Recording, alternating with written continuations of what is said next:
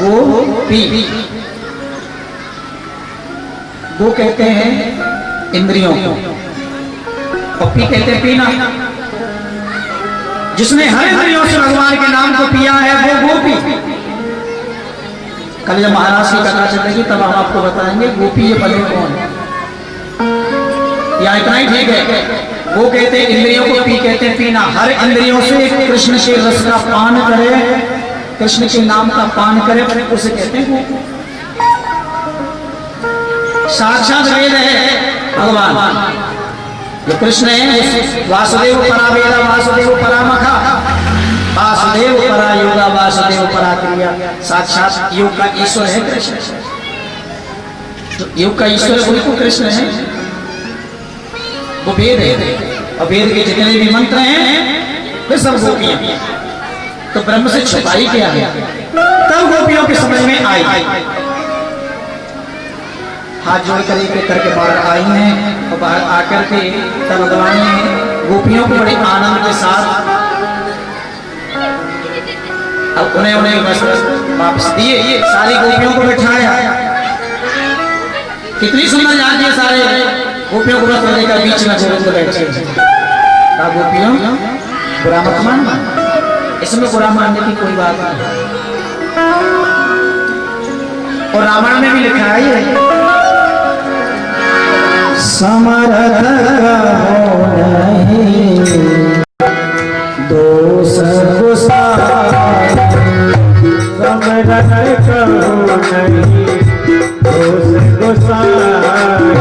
ये संसार गोविंद के चरित्र पर दाग लगाता कभी कभी। देखो कृष्ण करे सो लीला। थोड़ा ध्यान देंगे। संसार के लोग जितने भी कहते हैं कन्हैया ने ऐसो करो, कन्हैया ने वैसो करो। अरे भाई कन्हैया तो सामर्थ्यवान है। तो सामर्थ्यवान जो होते हैं उसके लिए क्या दोष। हमारा अपना सामर्थ्यवान नहीं है, केवल भगवान को छोड़कर बस। समर्थ तो सब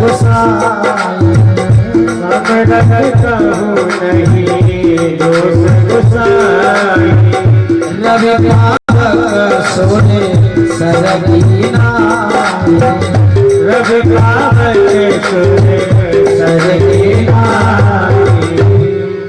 सब कहते हैं भगवान ने गोपियों के वस्त्र चुराए।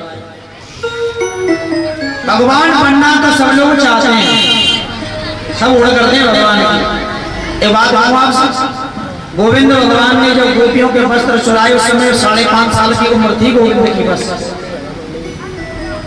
5.5 वर्ष के हैं गोविंद। और 5.5 वर्ष का बालक क्या जानता है स्त्रियों को, क्या जानता। अरे भाई 7 साल की उम्र में तो इन्होंने 7 कोस के पर्वत को अपनी उंगली पर उठा लिया। आप लोग भी तो कृष्ण बनना चाहते हैं कि हम भगवान बने। जब 7 साल की उम्र में गोविंद ने 7 कोस के पर्वत को उंगली पर उठाया, आप लोग केवल एक किलो की ईंट उठा के देख लो बस। और तो बहुत करते हैं गोविंद।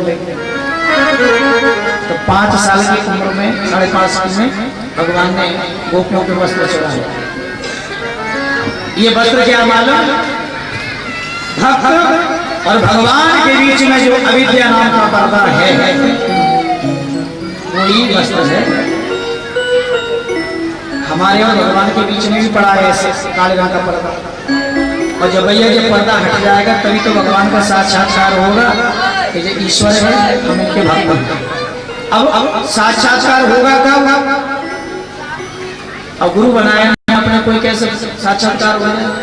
अरे साक्षात्कार करना है तो गुरु बना है। ऐसा गुरु होना चाहिए खुद भी करे और संसार को भी तारे। सुखदेव जी कहते राजा परीक्षित गोविंद भगवान ने जो लहंगा फरिया नहीं चुराए, इसलिए भगवान ने जो अविद्या नाम का पर्दा है उसे चुराया। सुखदेव जी वर्णन करते हैं राजा परीक्षित सारी गोपियों को बैठा के कहा चिंता मत करो, हम तुम्हारे साथ सर्व पूर्णिमा की रात्रि को महाराज को सारी गोपियों को समझाया। सब गोपियां अपने अपने घर पहुंची। अब आइए, अब आगे समय है गोवर्धन महाराज की पूजा। वैसे भी समय हो रहा है, एक बार जयकारा बाकी बिहारी लाल का लगाएंगे। बोले बाबे बिहारा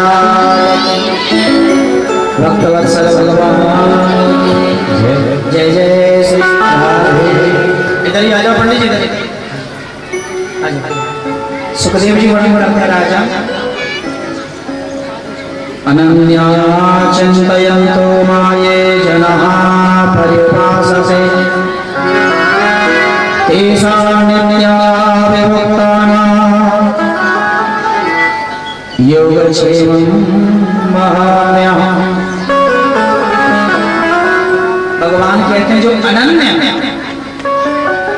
अनन्यता से जो मेरा चिंतन करता है, आज ऊपर बैठ जाओ, वही मुझे पा सकता है। अनन्य भक्ति बना भगवान। सुखदेव जी वर्णन करते हैं राजा परीक्षित, सारे ब्रह्मंडल में हर वर्ष पूजा होती है देवराज इंद्र की। सारे ब्रजवासियों का आज वही दिन है जो देवराज इंद्र की पूजा हुई। हाँ, घर घर को बड़े सुंदर गोबर से लीपा गया, बड़ा सुंदर सजाया गया और मैया बड़े प्रेम से इंद्र की पूजा के लिए भोग बनाने लगे। सुखदेव जी कहने लगे राजा भगवान भी कहना चाहते हैं कि जो मेरा वास्तविक जो स्वरूप है वो गोवर्धन है। भगवान ने सोचा जब हम आए हैं तो पूजा भी तो करानी चाहिए। अच्छा, पहले तो ध्यान दें गोवर्धन का मतलब क्या है। किसे कहते हैं गोवर्धन? गो कहते हैं गाय को और वर्धन कहते हैं तलैठी। जिसकी तलैठी में दौड़ रहे हैं वही गोवर्धन है। सुखदेव जी कहने लगे राजा आज गोविंद भगवान ने देखा जगह जगह पूरी पकवान मिठाई बनाए जा रहे हैं। पहले तो कन्हैया दौड़ करके गए और दौड़ कर जाकर के मैया से जाकर पूछी मैया क्या है रोया? बड़ी बड़ी सुंदर सुंदर पकवान बनाए जा रहे हैं। मैया ने देखी जी तो बिना नहा धोए भीतर चल रहा है। लाला दूर दूर दूर। कन्हैया बोले कहाँ है वो? आज तक मैया कहने कबू ना कही दूर दूर दूर, आज कहा है? अरे लाला सामान बन रहा है। कन्हैया बोले कौन बन रहा है कि जय जय की पूजा हो? कन्हैया बोले हो जय जय। कहा बुलाए मैया जय जय? अनेक मोते का पूछे जा कहीं पे बैठे होंगे बाबा, उनके आगे पूछियो। कन्हैया बोली हम तो जा। कन्हैया बोले कि हम तो जा बड़ी कोई जय जय है। भैया बोली सीधो चलो जा कहीं पे बैठे नंद बाबा अपने नाम सब बैठे। सबसे जाके बड़े प्रेम से गोविंद ने पूछा बाबा आज कौन सा त्योहार है जो घर घर पूजा है?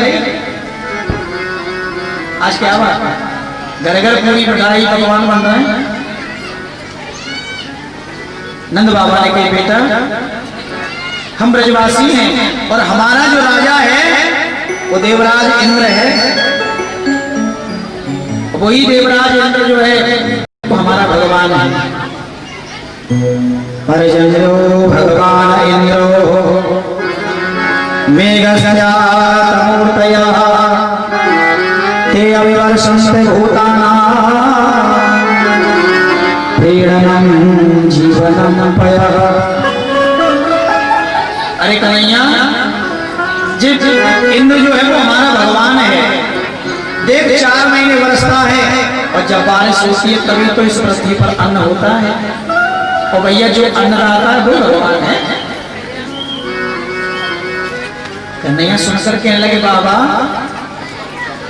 अच्छा आपका भगवान है वो इंद्र जी? वो इंद्र तो ना जो सबसे पहले कोई तपस्या करके बैठा तो इंद्र घबरा जाए कि मेरे वास आना चला जाए। सुखदेव जी वर्णन करते राजा परीक्षित आज जब नंद बाबा ने किया बेटा बस बात तो ये तो ये भगवान कैसे? अरे भाई हम ब्रजवासी हैं, ये हमारा भगवान है। अरे नहीं लाला ऐसा मत के 4 महीने बरसता है जाते जल बरसे तभी तो ये खेती होए तभी अन्न मिले। अब बताइए सूखा पड़ जाए तो फिर कैसे काम चलेगा? कन्हैया बोले नहीं जी हमारा भगवान नहीं, आप ब्रजवासी हैं और ब्रजवासियों का जो भगवान है वो गिरि गोवर्धन है। इसलिए आज से कोई भी ब्रजवासियों की पूजा नहीं, ब्रजवासियों आज से कोई भी इंद्र की पूजा नहीं करेगा। सुखदेव जी कहने लगे राजन, इंद्र की पूजा के मना कर दी तो हो नंद बाबू ने बेटा, इंद्र की कोप से बचाएगा कौन? कहीं ऐसा ना हो जाए कि इंद्र कोप करे और हमें मरना पड़े। कन्हैया ने बड़ी प्रेम से समझाया पिताजी, कर्मणा जायते जंतो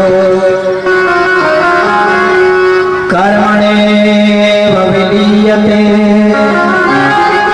सुखम दुखम भयं क्षेमं कर्मणेव विपद्यते। बाबा जीव का जो जन्म होता है वो कर्म से, और जीव मरता है वो कर्म से।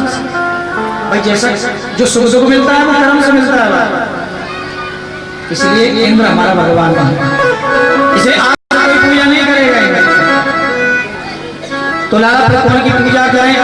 गोवर्धन की पूजा होती है। नंद बाबा ने सारे ब्रजवासियों में घोषणा कर दी कि आज सारे ब्रजमंडल में इंद्र की पूजा को छोड़ करके दिल गोवर्धन की पूजा करवा। अरे लाला सुन, तेरे भगवान की हम पूजा करेंगे लेकिन 3 शर्त होंगी हमारी। उन्होंने की क्या शर्त होगी? पहली शर्त, तेरा जो भगवान है गोवर्धन, बाकी हम पे जैसी सेवा वरने टूटी फूटी स्वीकार करनी होगी। कन्हैया बोले ठीक है। दूसरी शर्त, जो भी हम भोग लेकर बना के ले जाएं और जैसे भोग लगा के सामने रखें और जैसे लाला तुलसी पत्र हम छोड़ें तभी तेरे भगवान को आना पड़ेगा, आकर के वो आना पड़ेगा। भगवान ने कहा बिल्कुल ठीक। तीसरी शर्त लाला ये है, हम ब्रजवासी हैं, ब्रजवासियों पर जो जो संकट आए तो तेरे भगवान को आना पड़ेगा और सारे ब्रजवासियों का संकट हरना पड़ेगा। कन्हैया बोले जो तुम्हारा भागवत तभी तो बजाएगा, पहले पूजा तो कर। सुखदेव जी कहते राजा परीक्षित, आज सारे ब्रह्मंडल में बड़ी सुंदर सुंदर पकवान बनाया गया। कैसा पकवान बना है? सुंदर पकवान बना कि कुरचन है खीर मोहन, 56 भोग सजे। कुरचन बड़ी सुंदर है, मथुरा में देखे, और खीर मोहन मथुरा के बगल में महावन देखे, बड़ी सुंदर कि कुरचन है खीर मोहन खीर साखुरबी खीर खजरा जलेबी कलाकंद बालूशाही मोहन थार में बाटी मठरी मैसूर पाक पेड़ा रसगुल्ला संग रबड़ी सुहाई है। मैया ने बड़ा मीठा बनाया गोवर्धन महाराज। मैया ने सोची कि ज्यादा मीठो खावे हो तो मुंह फिर जाएगा, थोड़ा नमकीन तो होना चाहिए। अब नमकीन भी बना है, मालूम है नमकीन में क्या बना? भुजिया नमकीन सेव गाठिया सकल पारे और भुजिया समोसा पापड़ पकौड़ी बनाई है। मधुर श्याम नंद बाबा सब सामग्री लेकर के गिरिराज आज भोग में सजाए। सुखदेव जी वर्णन करते राजा परीक्षित, सारे ब्रजवासियों ने इतना सामान ब्रजमंडल में बनाया, बैलगाड़ियां में लाद लाद करके सामान को चले हैं और बड़े प्रेम भाव से मैया यशोदा तो नाच नाच करके जाने लगी गोवर्धन वृंदावन से। और ना माने मेरो मनवा सखी, ना माने मेरो मनवा। कौन कौन भक्त हैं जो गोवर्धन चलेंगे? आप उठाए जरा, 100 रुपये करा लगा। 100 आइए हो मैं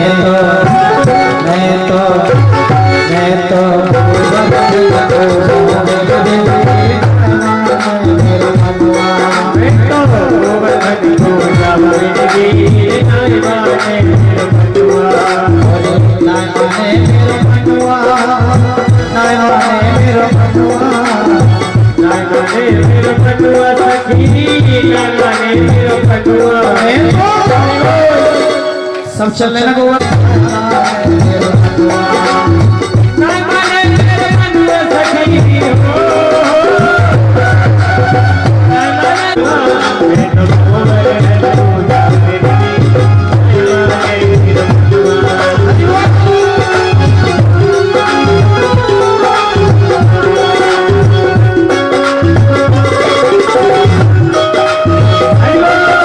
लीला